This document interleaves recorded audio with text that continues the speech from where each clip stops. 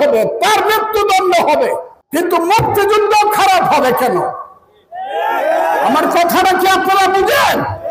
কিন্তু রাজাকারের বাচ্চারা এটা শুনতে চায় না, ফজা পাগলায় কয় কি ধর্মের সঙ্গে যারা আমার বিরোধের কথা বলে তারা হলো মিথ্যাবাদী, তারা হলো বেঈমান, বিশ্বাসঘাতক, রাজাকার, স্বাধীনতা বিরোধী।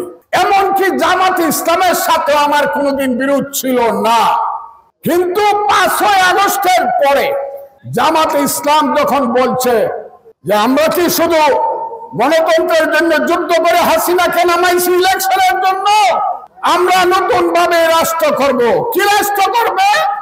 জামাত বলছে 47 হলো স্বাধীনতা আর 24 হলো স্বাধীনতা, 71 হলো গন্ডগোল। 71 কিছু না, এটা ইন্ডিয়া হিন্দুরা গন্ডগোল লাগাইছে, এটা কোনো মুক্তিযুদ্ধ না।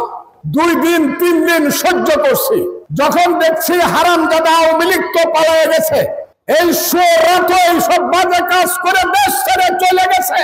এই যে মসজিদ আছে, এই মসজিদের ইমাম সাহেব আজকে, তার পিছনে আমি শুক্রবারে নামাজ পড়লাম, কি সুন্দর উনি খুতবা বললেন, কি সুন্দর উনি নামাজ পড়াইলেন। এখন উনি যদি একটা রেপ কেসে পড়ে জেল হয়ে যায়, তাহলে রায়টুটি রাজির মানুষ এই মসজিদে আর নামাজ পড়তে আসবেন না নাকি? আপনারা বলবেন যেহেতু ইমাম সাহেব খারাপ কাজে ইসলাম খারাপ, এটা বলবেন নাকি? হ্যাঁ, ইমাম সাহেব খারাপ, জেল হবে, ইসলাম খারাপ হবে কেন?